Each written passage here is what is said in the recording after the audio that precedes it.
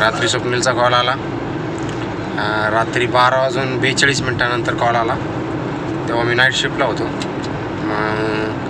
अचानकपणे स्वप्नील म्हटलं की आईला शनी शिंगणापूरला जायचं का आपल्याला. म्हणलं अचानक आणि आज शनिवार म्हटलं चला काहीच प्रॉब्लेम नाही जाऊ.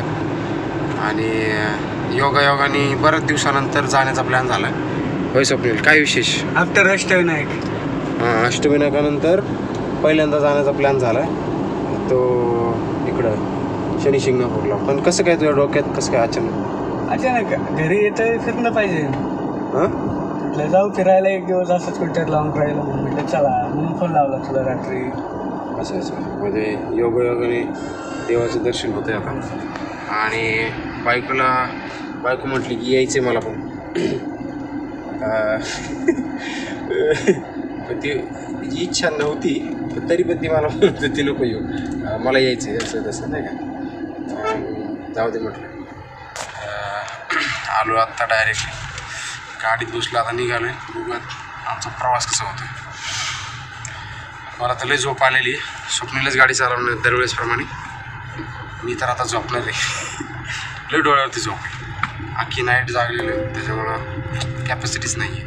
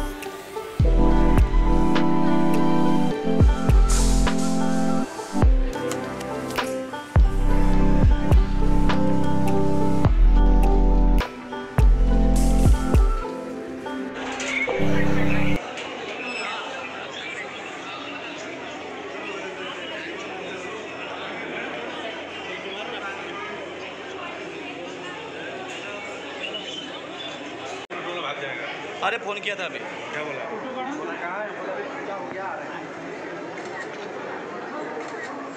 आताच आमचं दर्शन झालं आणि निघालोय परत रिटर्न आम्ही दोघं.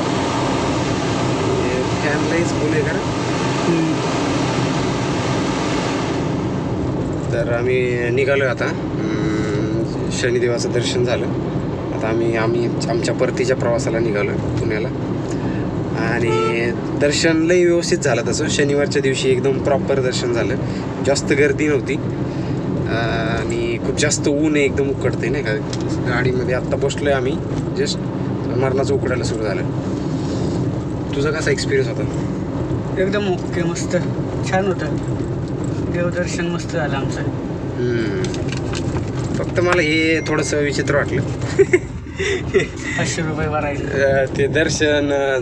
जर आपलं देवावरती तेलाचा अभिषेक करायचा असेल तर तिथं 500 रुपये तुम्हाला भरायचे आणि नंतर तुम्ही देवावरती अभिषेक करू शकता तेलाचा. तर हे थोडंसं मला कुठंतरी वाटलं. पण ठीक आहे, काय हरकत नाही.